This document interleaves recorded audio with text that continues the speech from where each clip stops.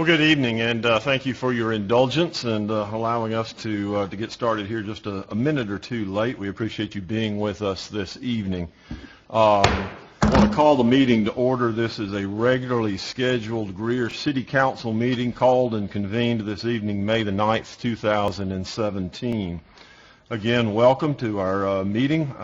We've got a full slate of items tonight, and so we appreciate you joining us. We will certainly allow some time for transition as we go through this meeting, so don't worry if you're standing in the back to make a hasty escape. We'll let you have time to get out of here in a reasonable fashion, so you won't need to stampede out the doors. So, at the first of our meeting, we have our Pledge of Allegiance and Invocation, and Councilman Dumas has a special guest to introduce tonight, and Mr. Airwood is going to lead us in our invocation for council. So if you would care to join me, please stand.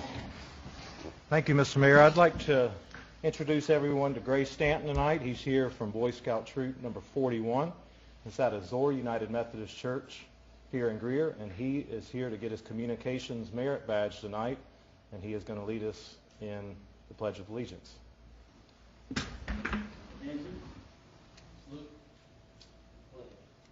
Pledge allegiance to the flag of the United States of America and to the republic for which it stands, one nation, under God, indivisible, with liberty and justice for all. May we pray. Dear Heavenly Father, thank you for this beautiful day you have blessed us with. I thank you, Lord, that you've let us all come out and be a part of the goings-on of this city. I thank you for the servants that sit behind this desk, this council, and I thank you that they're godly people, and that I thank you that you give us the wisdom, you give us the guidance that we need. I thank you, Lord, for allowing me to be a servant. I thank you, Lord, that we have all kinds of servants throughout our city and our community. And I pray, Lord, no matter what our station in life is, that we will be a servant to one another. Again, I thank you for blessing us and blessing this city. Go with us this evening as we conduct the business of your city. In Jesus' name I pray. Amen. Amen.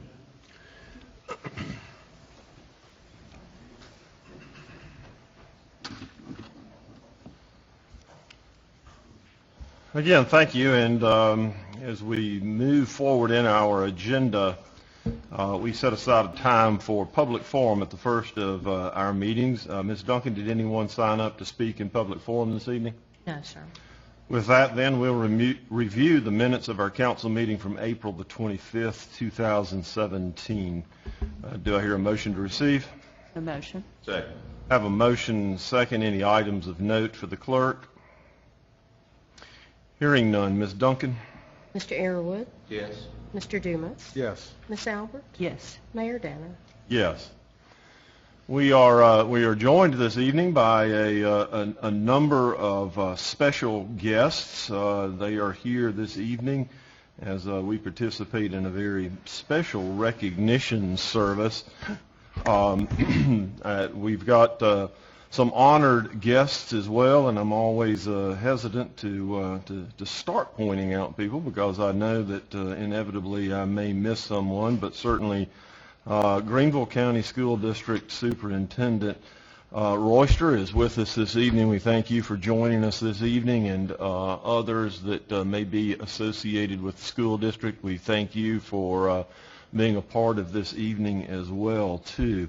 And so with that, I would like to ask the fire chief and the police chief, if they would, to join me here in the front, and we are going to have a special recognition that they're going to tell us a little bit more about.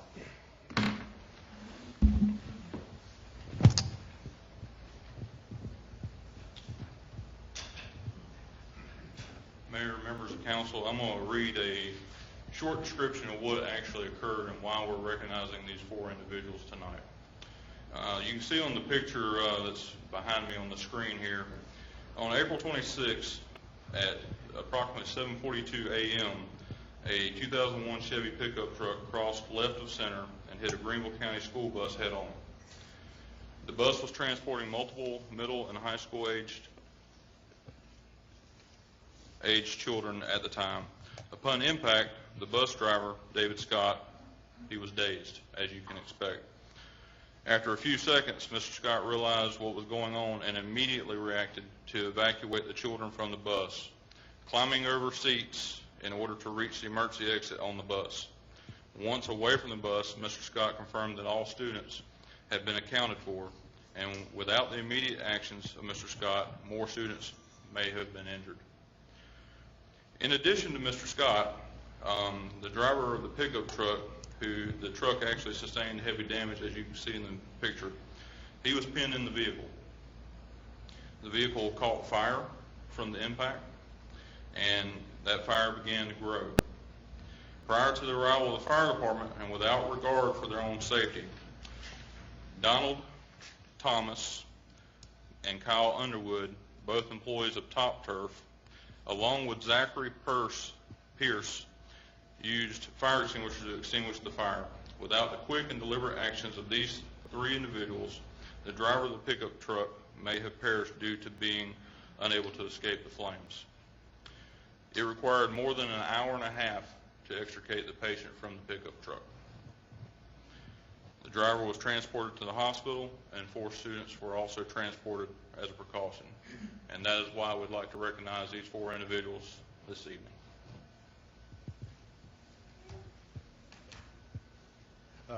Mayor and Council, the police department would like to join in with the fire department in recognizing these 4 individuals for their heroic actions on that. Would have been a normal Wednesday. A terrible tragedy occurred, and all 4 of these individuals answered the call, and we would like to commend them by recognizing them with the 4 plaques that we provided for you.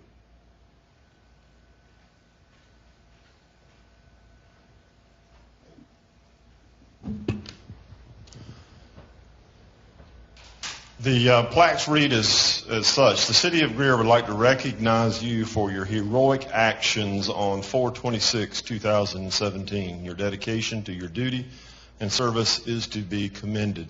The first plaque is presented to Mr. David Scott.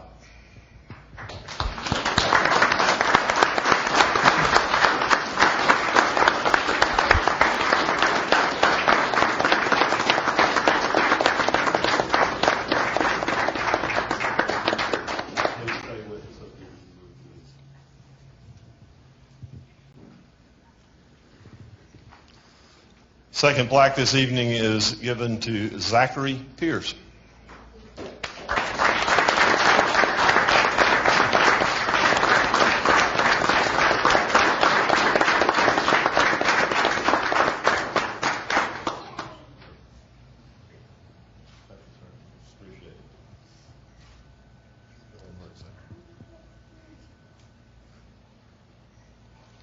Next plaque is presented to Kyle Underwood.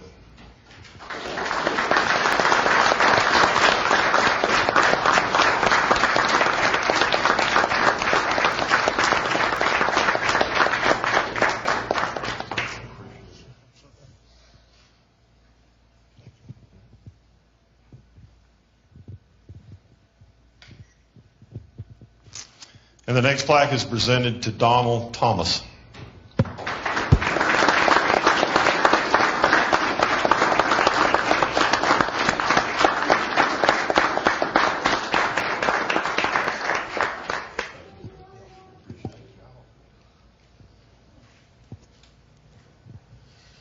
Folks, while we are joined on a regular basis by honored guests and special guests and those that have reached milestones or achievements within our community, it's not often that we get the opportunity to recognize those who have literally sacrificed or potentially sacrificed their lives for others. And so I don't think it is an understatement or an underestimation in any regard that we are honoring 4 heroes this evening. Please join me in another round of applause.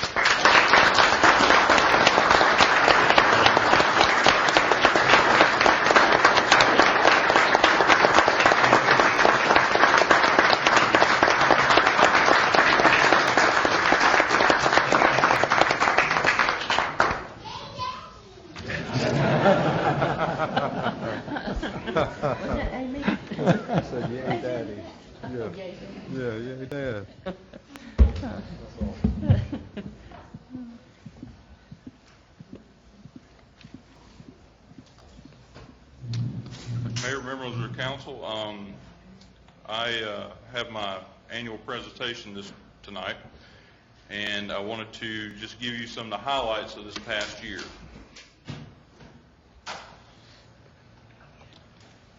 We always go through some kind of delivery of our statistics and services that we deliver, and that is of interest, but it's not going to be the focal point tonight, so I'm going to briefly go through that.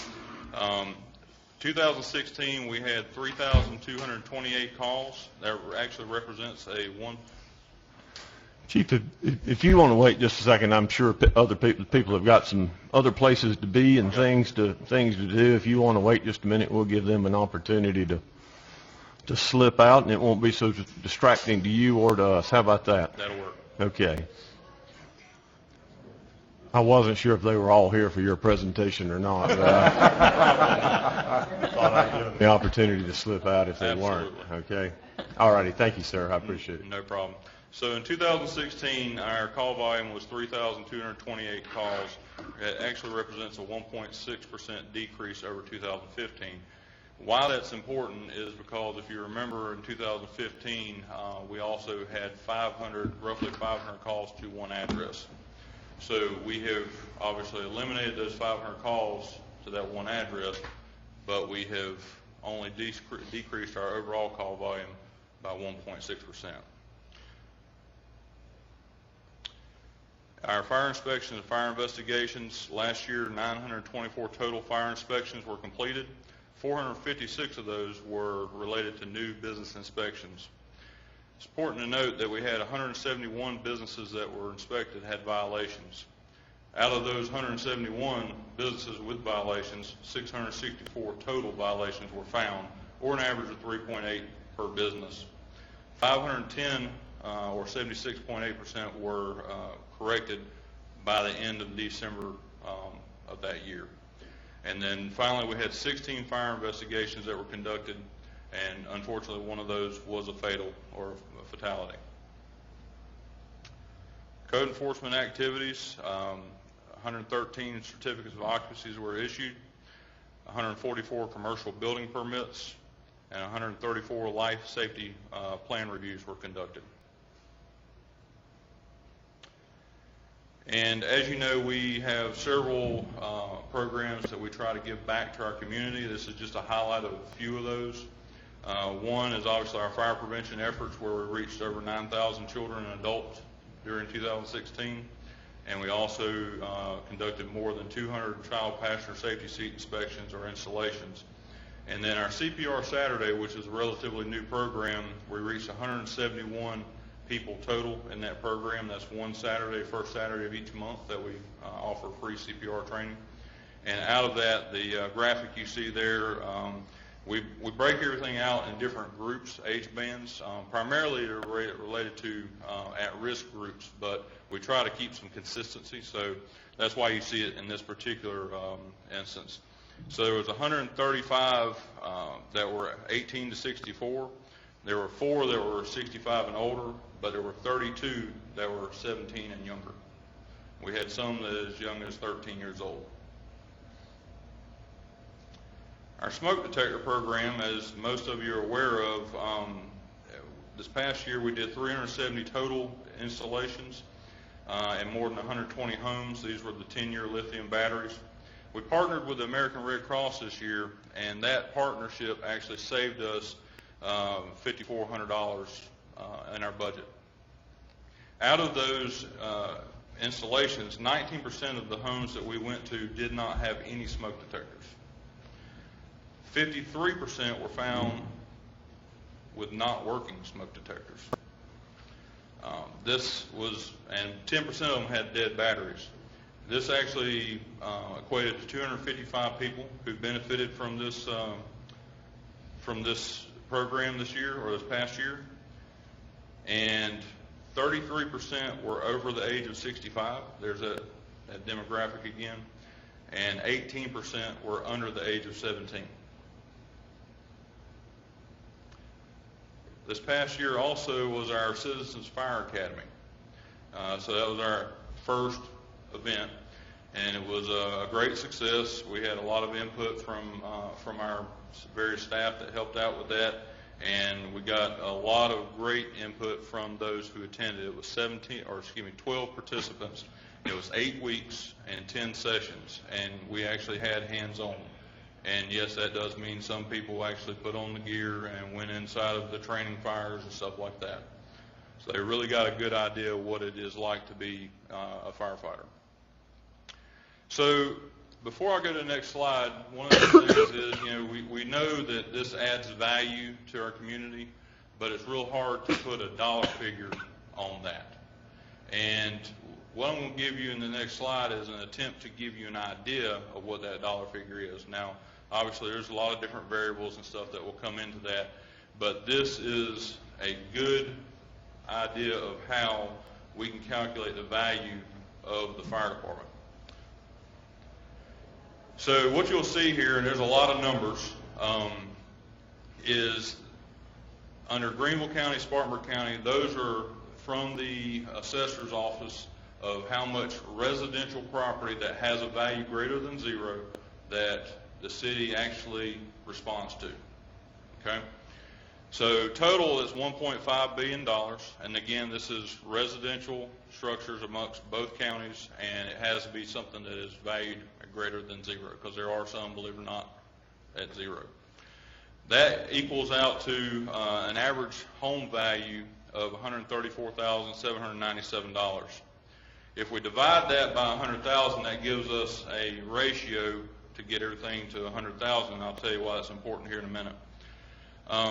If you look at the chart, protection class premiums over here, this is actually insurance premiums from a local vendor, a local insurance vendor for our community. And it is the price that our citizens may be expected to pay per $100,000 of value of property. Okay? So if you look at number 10, basically being no fire department exists, that's $1,213 per 100,000. That's where we're going to multiply that by the ratios, 1.347, and then that gives us the other numbers. To skip all this, and if you have any questions, I don't mind answering that, but I don't want to tie you up on this, but ultimately what we do is we determine what the actual possible value that the insurance industry could charge all of our citizens, okay? And that is if we didn't have a fire department. Then we go back and we calculate how much it is that they would possibly charge based off of what our current ISO rate is, which is 2. We take the difference.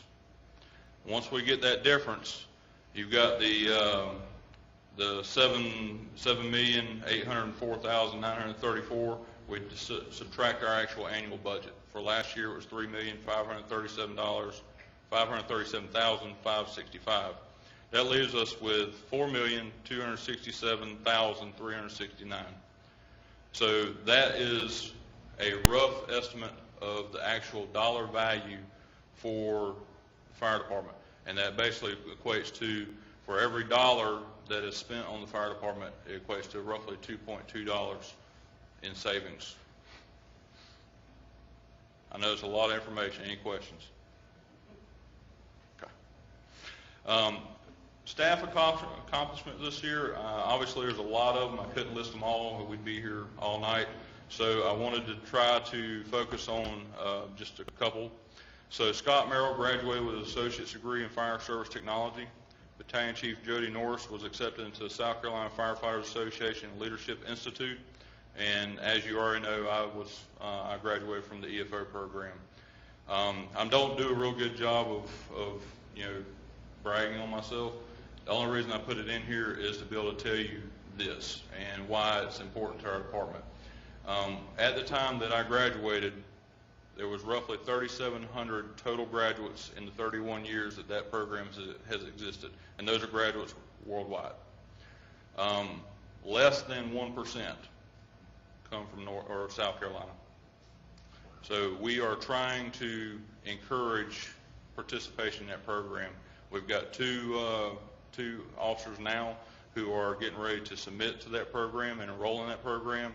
There's also another program that's geared towards the company officers, and that's through the Fire Academy as well. We've got one that is actually submitting his application to that. So again, that was not really for me, but more to paint the picture. Apparatus. One of the things that I heard from our last presentation was you as a council wanted to hear some of our concerns going forward. And obviously we all know about the ladder truck. We'll get to that in a few minutes. But our fleet's aging. This year our average age is roughly 12 years old.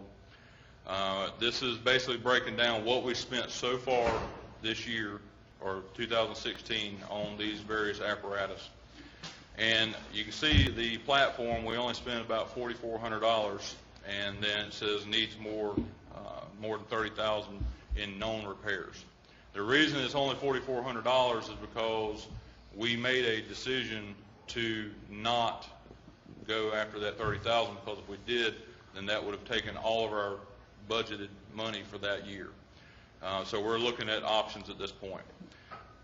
Though last time I was in front of you talking about the ladder truck, we did talk about the fact that we had applied for a grant. We still are in the running for that grant. We have not heard back. That is a 10% match. Currently, the ladder truck that we have is 70 foot. It's not going to be adequate as we move forward, especially with some of the larger structures, not just height, but also reach. And then the current truck is 19 years old this year, and we spent over $68,000 in 2014 whenever it had the wreck. The estimated replacement cost is $1 million. Now, there's a lot of variables that will play into that. We can obviously get cheaper than that, but it's going to be somewhere in that price range, and some of the decisions will be driven by facilities. Facilities, we need to do a comprehensive evaluation of our facilities. Current facilities, we have several maintenance and repair items which are actually included in our budget request for this coming year, and it creates challenges for our future. So what you see there in the pictures on the left-hand side is one ladder truck that we had as a demo brought in just to look at, would not fit in that, and that is Station 2. Obviously, if it won't fit in Station 2, it will not fit in Station 1, and that's because of overall height.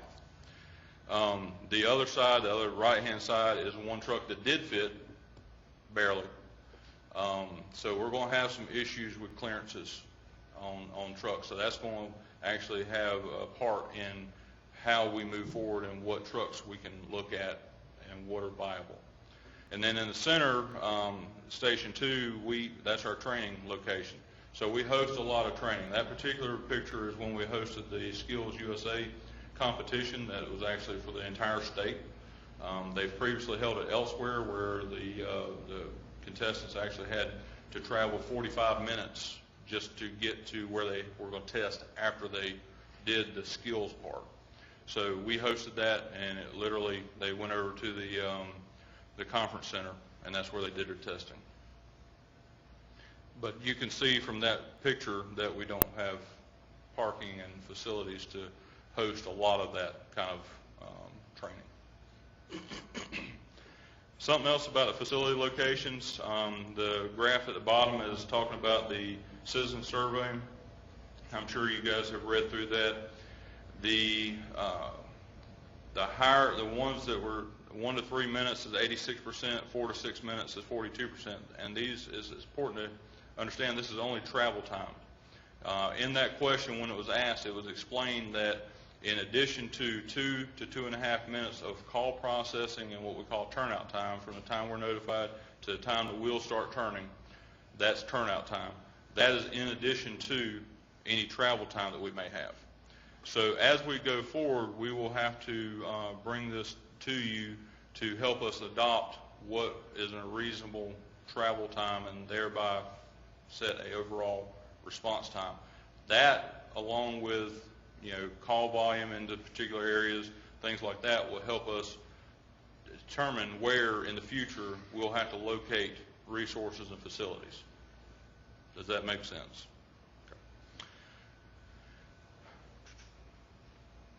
So moving forward, we are actually working on our strategic plan now. that's something that we talked about last year. We are working on that, as well as updating our values, our vision, our mission. That's all being updated as part of that process. We are working on a regional fire equipment testing program with neighboring fire departments. Those neighboring fire departments currently are Taylor's and Bowling Springs. And give you a little bit more information about that is every year annually we have to test equipment. So, you know, hose, nozzles, appliances, ladders, ladder trucks, pumps, you name it, we have to test it. Well, by going out and doing it as a regional project, we can save money. It's basically your cost savings come from economy scale. So we're working on that. We've got those two departments that have already signed on. So we're planning on that in the next budget year. And then we're going to work towards developing specifications and standards for apparatus, facilities, and protective equipment. One of the issues we have right now with our apparatus is we don't have consistency from one apparatus to the next. And part of that is because we don't have a actual written document that says this is what we expect in a particular type of apparatus, whether it be a pumper, a rescue truck, or a ladder, or whatever. But the idea is to make that consistent across the board, so when we have situations where we have to pull another piece of equipment in or move a person, they're familiar with that layout of that apparatus. Everything's in the same compartment, same place, laid out the same way. Any questions? Wow. How about a comment? All right. Well, how about this? What I have here, minus the value information, is included in the document that I put in front of you. That's a 28-page document, so I figured you probably didn't want me just to regurgitate that for you. So that's been provided to you. The plan is that after today, I'll get with Steve Owens, and that will be put onto the fire department website so that the public can access that as well. Chief, I had one question for you. Yes, sir. You know, the special that was on the news the other night, I think Fire Marshal Keeley was there and Ruthie Helms, and they were talking about how you had your house sprinkled. Or Yes. What's the, you know, you're talking about ROI. What's the return on investment for a system like that? Well, I will tell you that the other part of that is they're supposed to actually come to my house and film. My wife's probably not going to be real happy about that, but they're supposed to come to my house and film. When we built the house, I insisted on the fact that we were going to put that into the house, and it cost us a little less than $4,000 to put it in the house during construction. And my insurance, savings on that is roughly $200 a year. Now, obviously, it'll take a little while to pay that back, but once it's paid back, it's just like money in your pocket. And the other side of that is those systems, and it's real important to understand this, those systems are not designed to protect or save the structure. They're designed to allow the occupants to get out.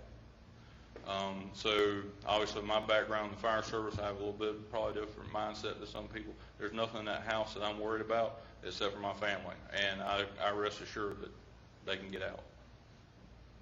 I don't know if that answered your question. It does. Thank you. Okay. Chief, you mentioned a couple of times facilities and equipment heights and things like that. What's causing the height of vehicles just to get bigger? Trying to do more with less. Basically put more equipment on the apparatus, things like that. But also there's some other things as well. So like the newer ladder trucks, you can still get them in aluminum. A lot of them are steel now. But also because of the difference in the cab and the ride, but part of this, do you remember when the new EPA standards came out about diesel engines? Okay.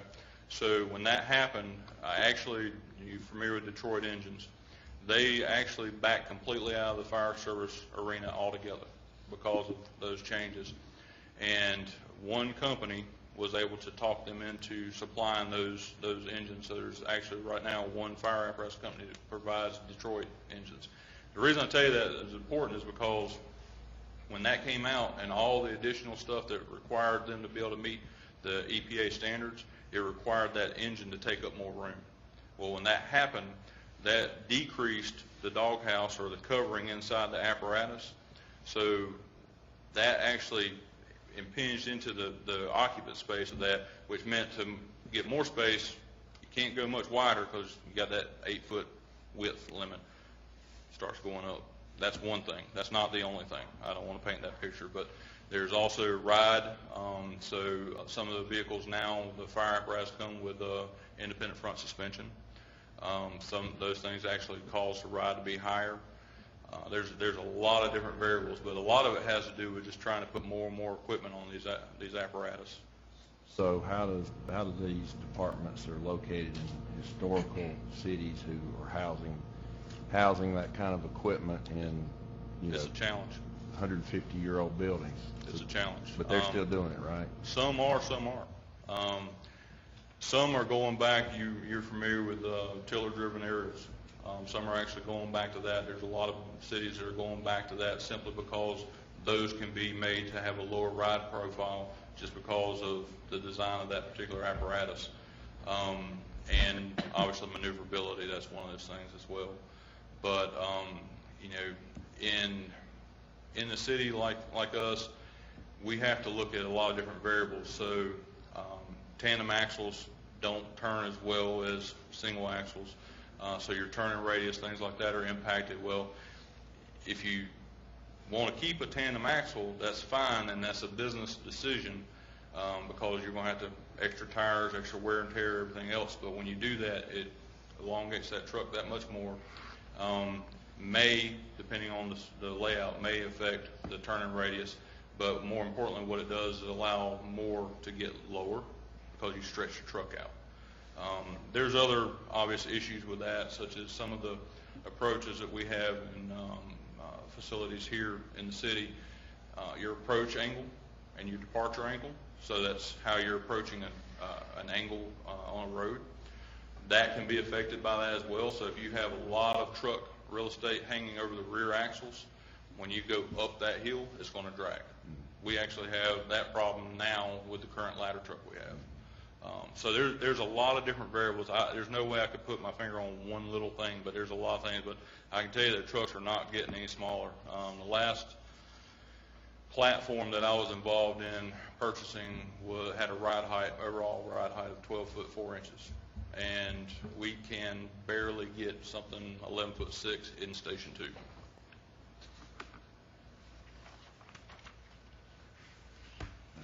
Thank you. Others? Thank you, sir. We appreciate the information, and hats off to the department. Thanks for all that y'all are doing in that regard, and appreciate the update. Thank you. Thank you.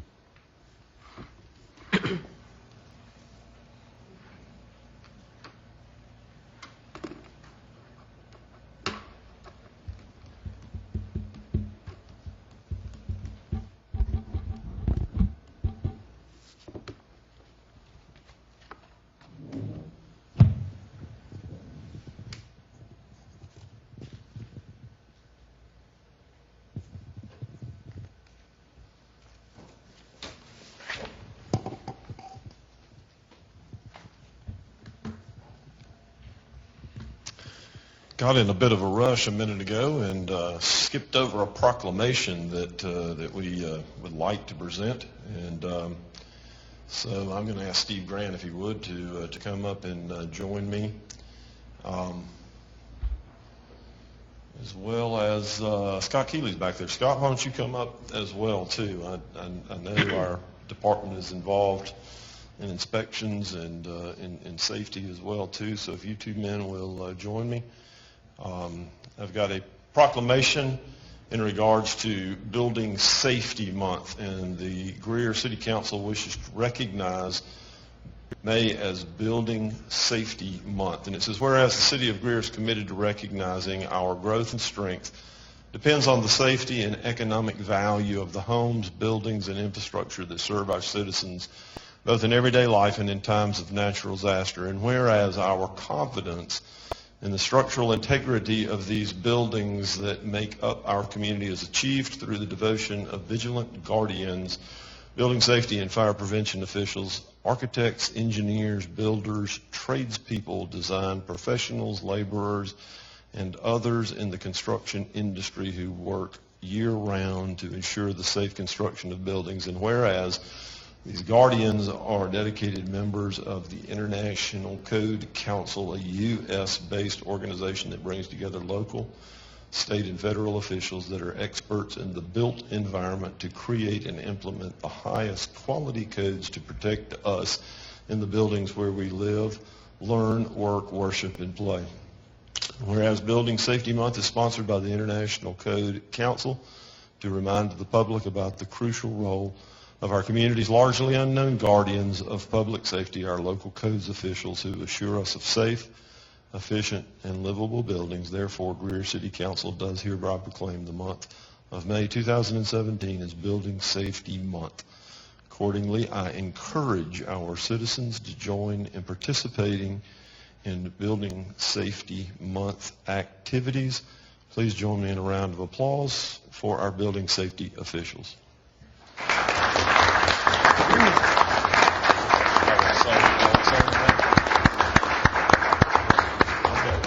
It speaks for itself. All right.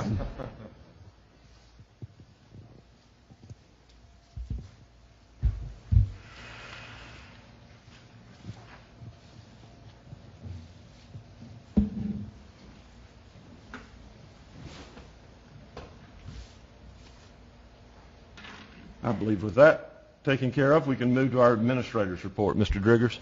Thank you, sir. Only a couple of items to share with you this evening. One is located at your spaces this evening. It's some information we're requesting concerning your attendance plans at both an upcoming meeting that we have with our employees. It is our annual family picnic that will be coming up. So we do ask if you can share with us your attendance plans for that event. And then also we need some information concerning your attendance plans for the summer conference for the Municipal Association. If you can let us know how we can assist you with that, we will be glad to get that submitted. That information has been provided to you tonight by Mrs. Duncan, and we want to make sure that we get that returned to her. Appreciate that. One of the things that I believe that you are aware of, if not, I'll share with you this evening, but we have a really significant event that will be taking place in our own community within the next couple of weeks, and that event is actually taking place in conflict with our next meeting on May the 23rd. As you are hopefully aware, there will be the grand opening of Wingspan, the expansion of the Greenville-Spartanburg Airport. Obviously, that facility is located in our community. It has the address of Greer, South Carolina, and we're very proud of that. But that event will be taking place between 6 and 8 p.m. on Tuesday evening, May the 23rd. I did want to inquire of council if it is your desire to attend that event.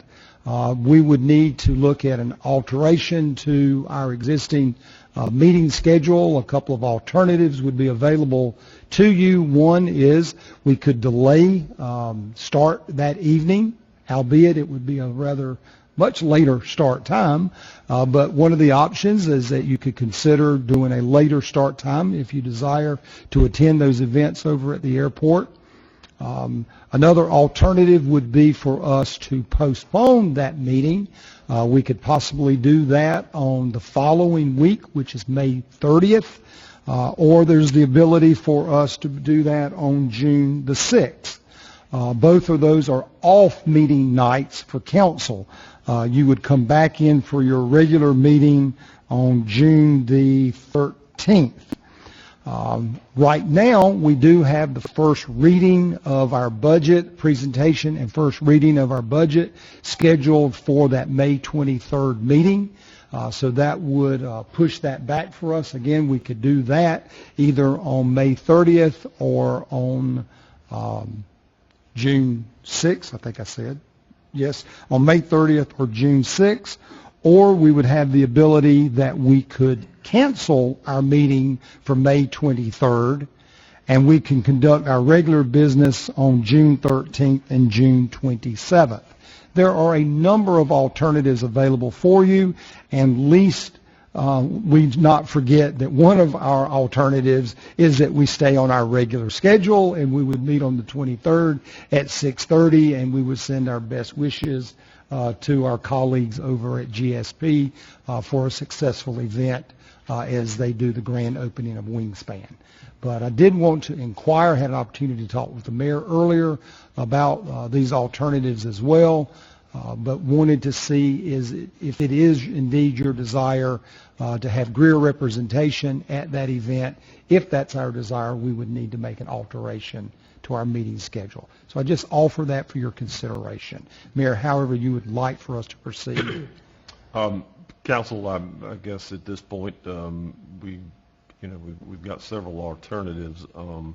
Don't anticipate that we'll take any action, specific action tonight, but just some feedback, any first thoughts in that regard that Ed and I might contemplate on as we try and figure out what's best for us to move forward.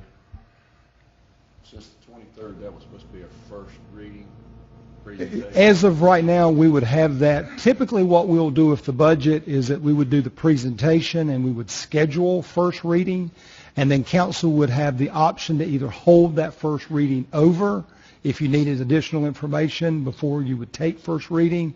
But we would typically present and have first reading that same evening. Public hearing would be at the following meeting.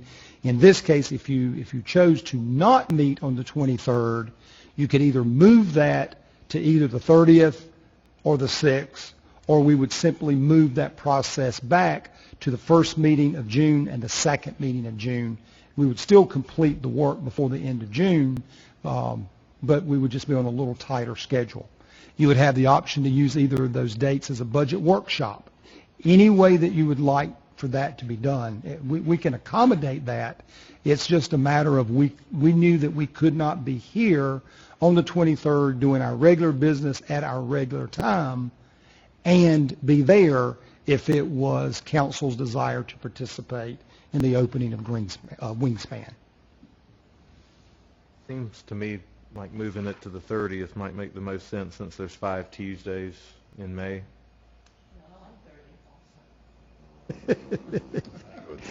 Well, that was a good idea. Now what happened? Well, I just got a note that Hall A has been reserved for another event on the 30th. I imagine one of our boards or commissions is probably what it is. The building is shut down for upgrades to the AV equipment. Okay. So we could meet in an alternative location. We've got workarounds. That's not insurmountable. Right. We're going to announce a special meeting. We can announce a special place. 30th. We'll give the 30th some consideration. We'll work with our staff to figure out, and we'll certainly give adequate notice of when we'll meet and where we'll meet. We'll continue to inquire of everyone, and then once the mayor can make a decision, and then we'll notify everyone appropriately of that. That works. Just wanted to make sure that we knew what our options were. Thank you. The other information that I wanted to share is that I had a unique opportunity last Friday for my first time to visit the campus of North Greenville University in an official capacity. Had the opportunity to go there for their commencement exercises, mainly because the speaker for their commencement exercises was our own Mayor Rick Danner. We would all be and are extremely proud of the remarks that he made that evening. But if you are not aware, what I would like to share with you, and I think that we would all be equally proud of, in recognition of Mayor Danner's service to our community, I'd like to share with you that the Board of Trustees and the faculty of North Greenville University conferred upon our mayor the degree of Honorary Doctor of Christian Leadership at that service last Friday. And Mayor, that is worthy of recognition and congratulations. I appreciate it very much.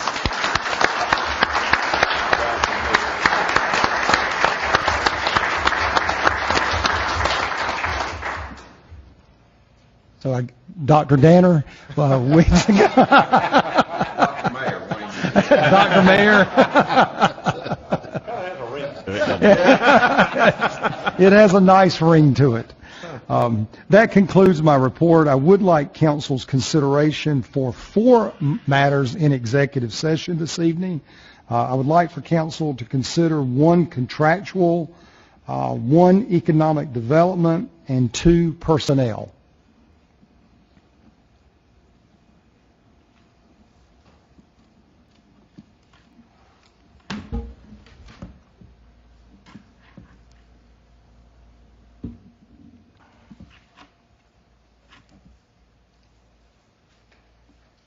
Thank you, sir, and I appreciate the remarks and certainly the confidence in the university to ask me to speak and to confer a degree on me. I would be amiss as well, though, if I did not mention that our city administrator also garnered some recognition that I think that we need to be proud of and recognize as well, too, and that is that he was recently elected to the board of the International City and County Administrators Association, if I'm not mistaken, and we will serve a 2-year term. And it is an extreme honor to him to be on that board that rotates around on a very lengthy cycle, and so very competitive. But it just speaks to the professionalism that Mr. Driggers brings to not only our city but to that organization, which has membership from around not only the U.S. but internationally, and so we want to recognize Mr. Driggers as well too, as he joins the board now for the International City and County Managers Association. So please join me in a round of applause for him as well.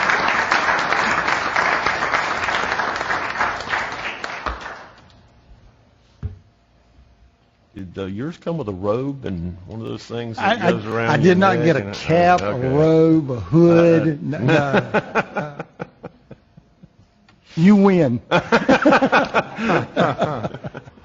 Oh, I don't know. You get to go to some pretty cool places for conferences and board meetings. So, with that, then we'll move to items of new business. We've got a couple before us this evening. The first of which is a bid summary for the playground mulch. This is the bid results as presented for playground mulch of the 8 play structures, and Miss Ann Cunningham with our Parks and Recreation Department will be glad to review those for us this evening. Good evening, Mayor and Council. If you please refer to the attached bid summary sheet, you will see that Bliss Products and Services was the only bidder for this project, and their bid is $16,313.20, and our budget to complete this project is $19,000.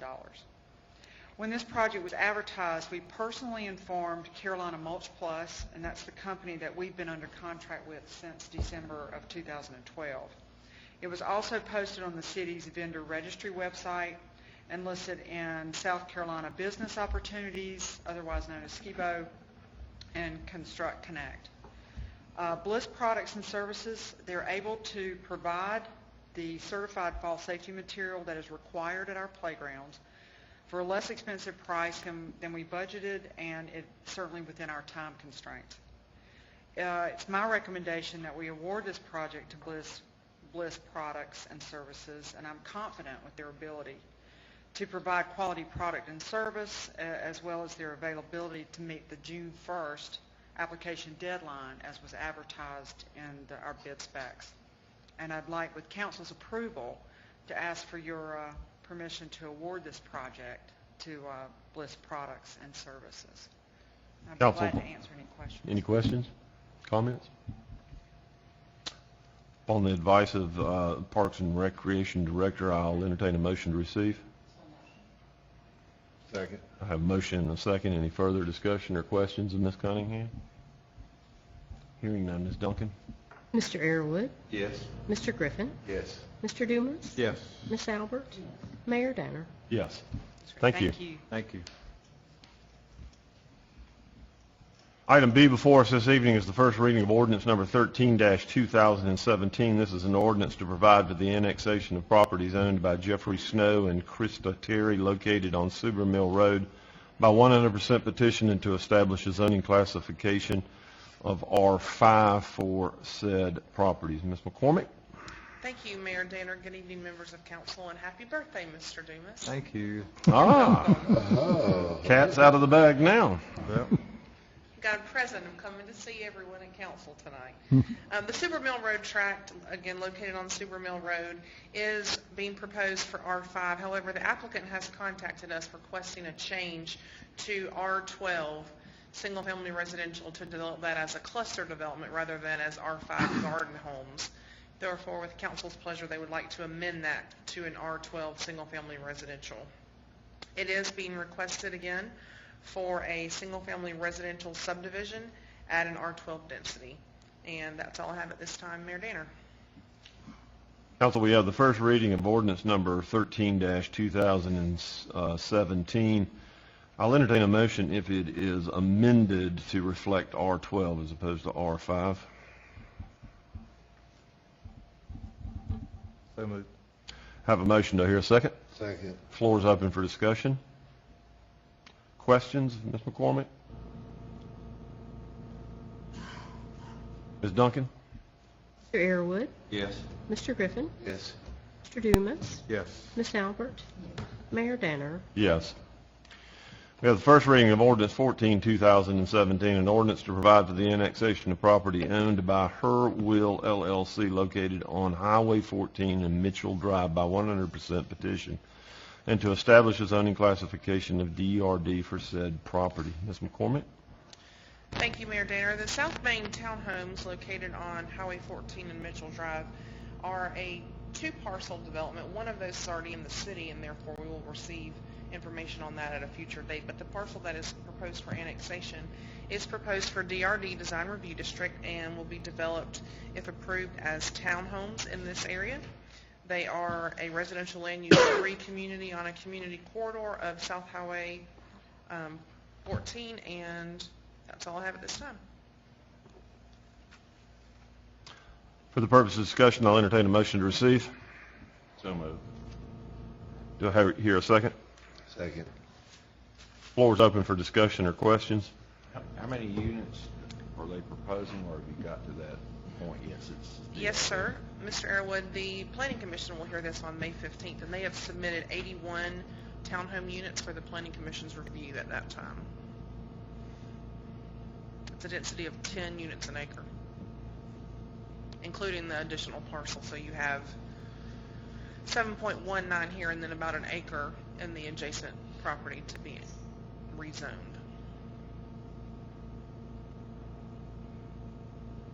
Others? Who is the developer on this? It is Mr. Eric Hedrick, and he's present if you'd like to hear from him this evening. By show of hand, is the owner of the property or developer of the property with us this evening? Would you like to address council or say anything this evening? I'll be glad to answer any questions. Okay. Pretty straightforward. All righty. Price range, do you have any idea of that? That Size, is- price range or anything? No, ma'am, that information was not required to be submitted as part of their review. Mhm. Sir, if you would, if you'll come to the podium, please, and give us your name and address for the record. There may be questions in regards to the project that'd be helpful to get some answers on. Ms. Allen? I was just asking about the price range, Okay, and Eric, actually who the builder. Will you be the builder or just the developer or just, the owner? yeah, I guess, let me start with, name and address. Eric Hedrick, 102 Cape Charles Drive, Greenville, South Carolina. Our builder will be Ryan Homes. They've built quite a few communities in the city of Greer. I don't know their exact price range, high 100s, 200 price range, I would assume. We're currently developing another community for them. Actually, 2 others. We're finishing one up and another one in the Simpsonville, Malden area. Same product, so I think they're signed safe from the 170s and up. So I think I'd be safe saying that. What's the exterior going to look like of the? They're a combination of brick, vinyl, and stone. I'd say similar to what's at Riverside Commons possibly, but not the same width. These are a little smaller in square footage.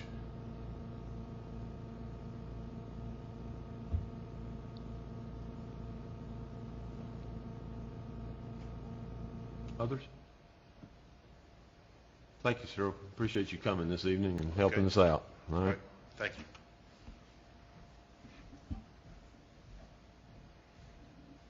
Other questions or comments?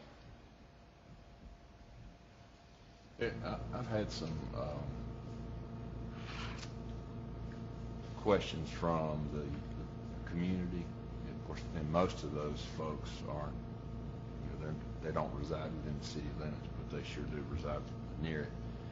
And one of the issues, and I know we can't make zoning changes based on traffic, but one of the things that's happening is that James Road is becoming a cut through, and a lot of the fear is, or a lot of the anxiety is when the apartment complexes when they are complete out on Russian Creek, and then with this, that a lot of folks use that James to come all the way back out to 14 to at least get to the little dollar store that's right there. And I've already talked to Steve about if there's any kind of traffic calming measures we can do. But the road is all, the entire road resides in the county. We face the parts of the city face the James Road, but none of James Road is in the city. So that's going to be something I think we're going to need to think about. Good point. Others? Is the entrance and the exit going to be where the right-of-way is on Main Street? Or are they going to come out of the back on James and then the front on Main, or how? Do we have any idea on? Yes, sir, Mr. Dumas. I'll be glad to share a map with the council. This is, again, proposed until the Planning Commission has a chance to review this.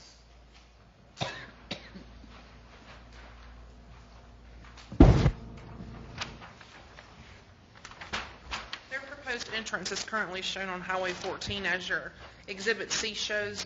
The property in front of the proposed entrance being annexed as Highway 14. There are no entrances actually allowed on Mitchell Drive or James Road, as these are private roads, and we do not allow the connection of 2 public roads through a private road development. Therefore, they are only allowed to have 1 entrance and 1 exit. And it's currently proposed for 14. We do have comments from SCDOT about this project regarding traffic. If you'd like me, I'll be glad to share those with you. They will require a traffic impact analysis to be done for this project, and the scope will look at existing trips in the area, not necessarily focusing on turn lanes, but if they're warranted, that may be something that DOT will require on 14.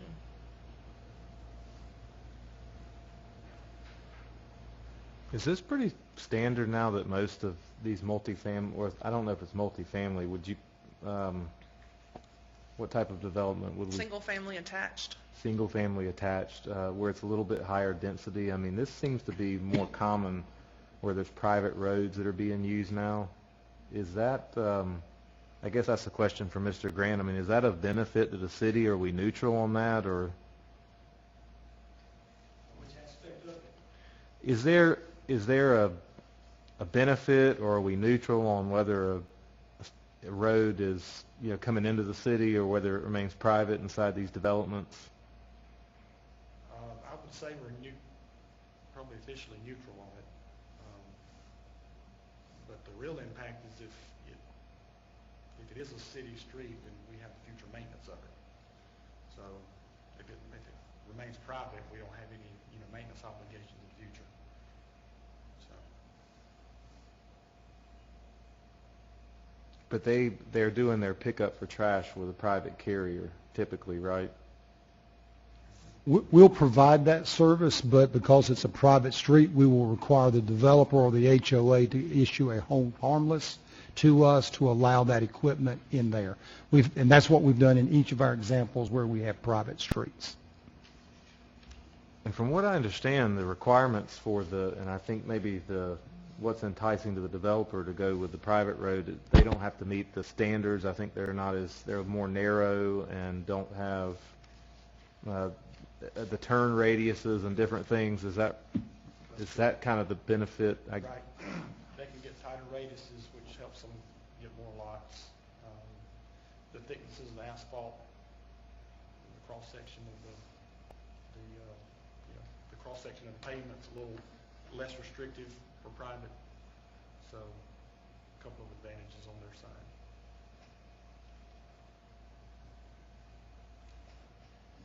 Thank you.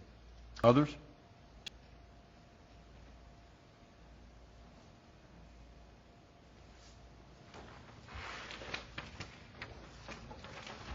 You want to see that map? Y'all never passed it down. I asked for the thing. She says your birthday, you had to wait. You want to see it? 14 right there. Ms. Duncan, who made the motion? Councilman Arrowood, Okay, so, and second? Councilman Griffin, Thank you. So we're ready to go. Any other questions, comments? Ms. Duncan? Mr. Arrowood, Yes. Mr. Griffin, Yes. Mr. Dumas, Yes. Miss Albert, Mayor Danner. Yes. Council in executive session this evening, we have 4 matters. Thank you, Ms. McCormick. In executive session this evening, we have 4 matters to consider: 1, a contractual matter; 1, an economic development matter; and 2, personnel matters. It doesn't appear at this time that there'll be any action required or taken. And do I hear a motion to adjourn to executive session? So move. Have a motion and a second. Ms. Duncan? Mr. Arrowood, Yes. Mr. Griffin, Yes. Mr. Dumas, Yes. Miss Albert, Mayor Danner. Yes. Council, in regards to contractual matter, do we have a motion? Mr. Mayor, I'd like to make a motion to authorize the mayor or the administrator to enter into a letter of intent relative to Project Kaboom. Okay. I believe that's actually in regards to the economic development matter, but we'll take that as the economic development matter. Motion's made. Do I hear a second? Second. Have a motion and a second. Any further discussion? Hearing none. Ms. Duncan? Mr. Arrowood, Yes.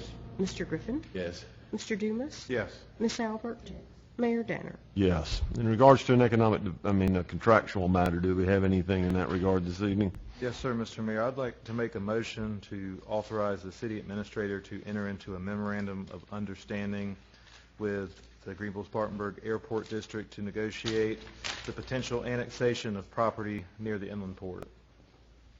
Entertain that as a motion. Do I hear a second? Second. Have a motion and a second. Any further discussion? Ms. Duncan? Mr. Arrowood, Yes. Mr. Griffin, Yes. Mr. Dumas, Yes. Miss Albert, Mayor Danner. Yes. Council, we stand adjourned.